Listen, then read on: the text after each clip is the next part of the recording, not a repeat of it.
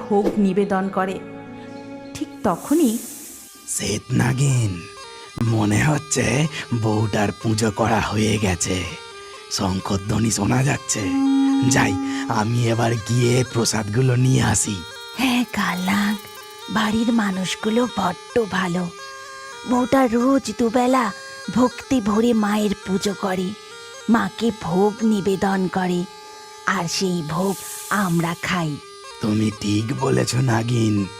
আমরা কত যুগ ধরে এই বাড়িতে মা মনসা দেবীর মন্দিরের পাশের গর্ততেই রয়েছি।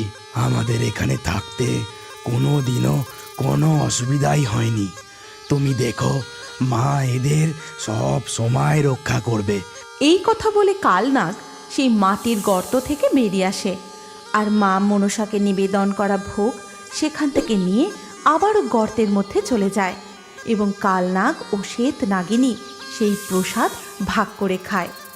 দেখতে দেখতে সন্ধ্যা নেমে আসে, আর সন্ধেবেলা ললিতা মা মনসা দেবীর কাছে সন্ধ্যা প্রদীপ দেখাতে গিয়ে দেখে, ওগো শুনছো, তুমি তাড়াতাড়ি বাইরে এসো, দেখে যাও তাড়াতাড়ি। তারপর মাধব বাইরে বেরিয়ে আসে। বিশালও তার বোন খুশিকে কোলে নিয়ে বাইরে বেরিয়ে আসে। কি হয়েছে গো? কি দেখবো? এই দেখো, সকালবেলা পুজো করার সময় আমি ফল মিষ্টি বাতাসা যা যা মাকে নিবেদন করেছিলাম, এখন তার কিছুই নেই। নিশ্চয়ই মা আজও নিজে এসে এই প্রসাদ গ্রহণ করেছেন। মা গো, তুমি এইভাবেই আমাদের সহায় হয়েও মা। জয় মা মনসা, জয় মা মনসা, জয় মা মনসা। জয় মা মনসার জয়, জয় মা মনসার জয়। এই কথা বলে তারা সেখান থেকে চলে যায়। কালনাগ ও শ্বেত নাগিনী প্রতিদিনই গর্ত থেকে বেরিয়ে ললিতার দেওয়া পুজোর ফল মিষ্টি খেয়ে থাকে।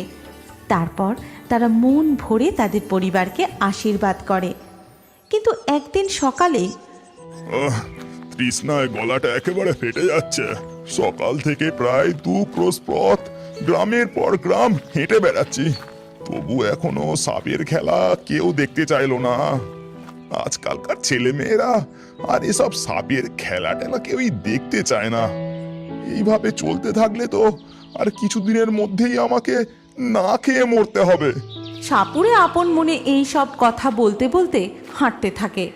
একসময় সে মাধবদের বাড়ির সামনে এসে পৌঁছায়, আর সেখানে আসতেই দেখতে পায় মাটির গর্ত থেকে একটা সাদা রঙের সাপ বেরিয়ে আসছে। সাপটিকে দেখে তো সাপুরে আশ্চর্য হয়ে যায়। এ কি, আমি কি ঠিক দেখছি? এমন শ্বেত বর্ণের সাপ তো আমি আগে কখনো দেখিনি।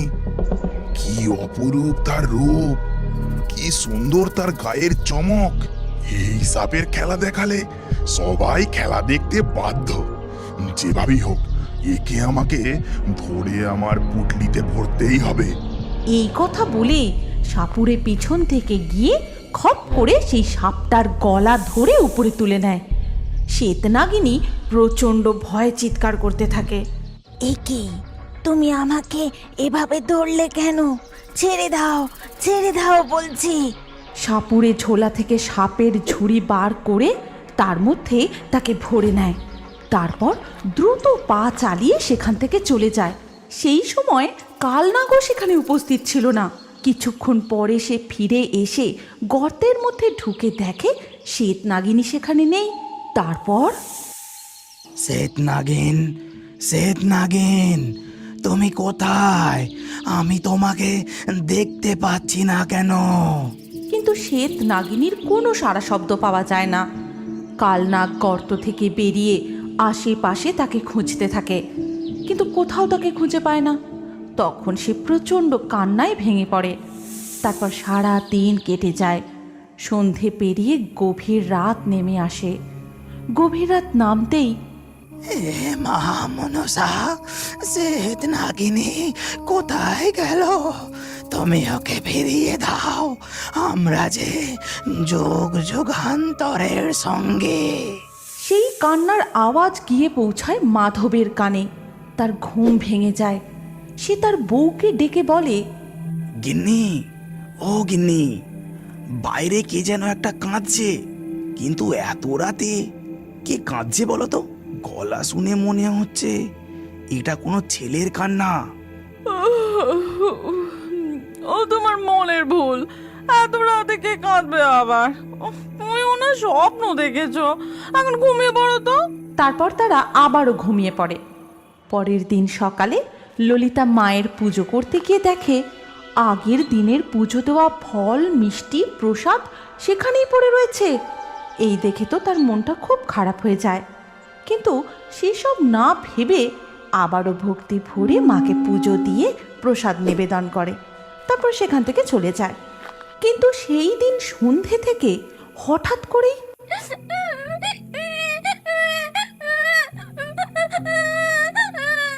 হ্যাঁ গো, কি হলো বলো তো? হঠাৎ করে মেয়েটা এত কাঁদছে কেন? ঠিক তখনই বিশালও কাঁদতে কাঁদতে ভিতরে আসে।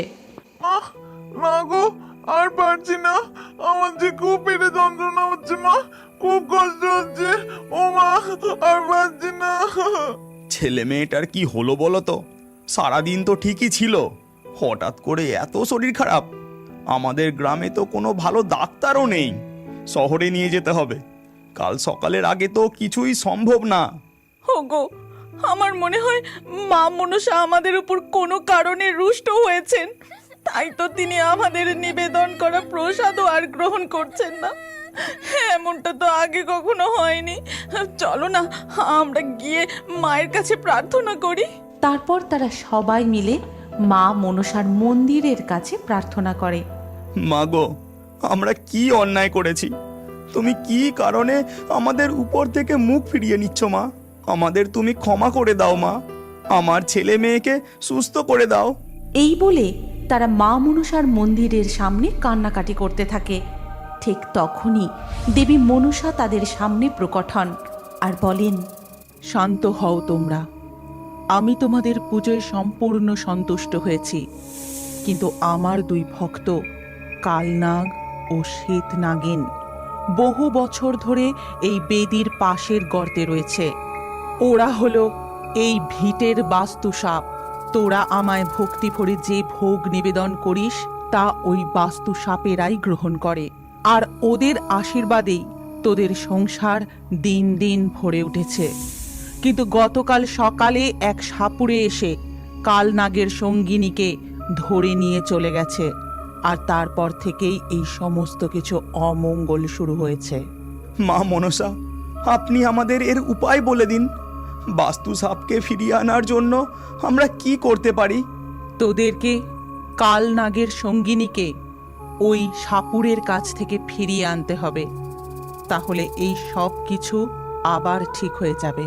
মা, আমরা অবশ্যই কাল সকালে গিয়ে নাগের সঙ্গিনীকে ফিরিয়ে আনবো। আপনি বলুন মা, সেই সাপুড়েকে আমরা কোথায় খুঁজে পাবো? দেখা যায় সাপুড়ে শিমুলপুর গ্রামের একটা গাছের নিচে তার ঝোলা থেকে সাপের ঝুড়িগুলো বের করছে, সাপের খেলা দেখাবে বলে। আসো বাচ্চারা, দেখে যাও সাপের খেলা। এ খেলা বড়ই মজার খেলা। বিষাক্ত বিষধর সাপের খেলা, দাঁত না ভাঙা সাপের খেলা। আজ এই গ্রামবাসীদের এক অতি আশ্চর্য ও ভয়ঙ্কর শ্বেত নাগিনীর খেলা দেখাবো, যে সাপ এর আগে কেউ কোনোদিন দেখেনি। এই কথা বলতে বলতে সাপুড়ে একটি সাপের ঝুড়ি খোলে, তা থেকে ফনা তুলে ওঠে একটা বোড়া সাপ। সাপুড়ের আশ্চর্য শ্বেত নাগিনীর খেলা দেখার জন্য গ্রামের কিছু বাচ্চা ছেলে মেয়ে, বুড়ো বুড়ি লোকজন জড়ো হয়।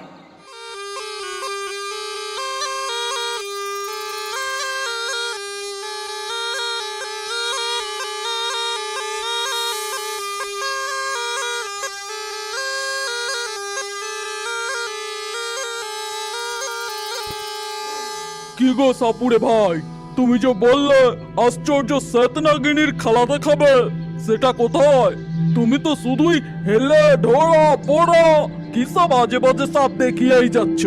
আছে আছে, শ্বেত নাগিনীও আছে।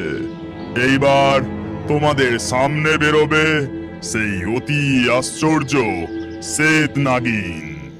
এই কথা বলে সাপুড়ে শ্বেত নাগিনীর ঝুড়ি যেই খুলে, সাথে সাথে চোখের পলক পড়তেই সাপুড়ের হাতে ছবল মেরে দেয় সেই শ্বেত নাগিনী।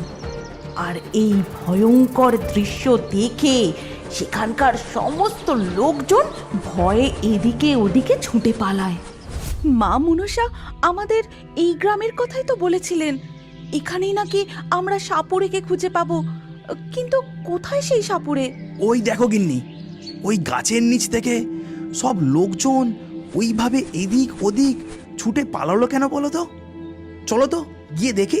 তারপর মাধব ও ললিতা সেই গাছের নিচে গিয়ে দেখে এক সাপুড়ে মাটির উপর পড়ে রয়েছে আর তার মুখ দিয়ে ফেনা কাটছে, আর দেখে সব কটা সাপ রাখার ঝুড়ি একেবারে ফাঁকা। তুমি কি এখনো বড় হয়ে কার্টুন দেখতে ভালোবাসো? তাহলে তোমার নাম ও বয়স কমেন্টে জানাও।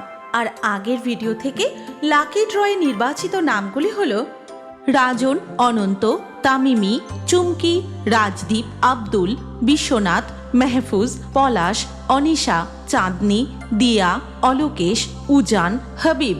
যে সকল দর্শক আমাদের চ্যানেল সাবস্ক্রাইব করে তারপরে কমেন্টে নাম লিখেছেন, আমাদের পরবর্তী ভিডিওতে তাদের নাই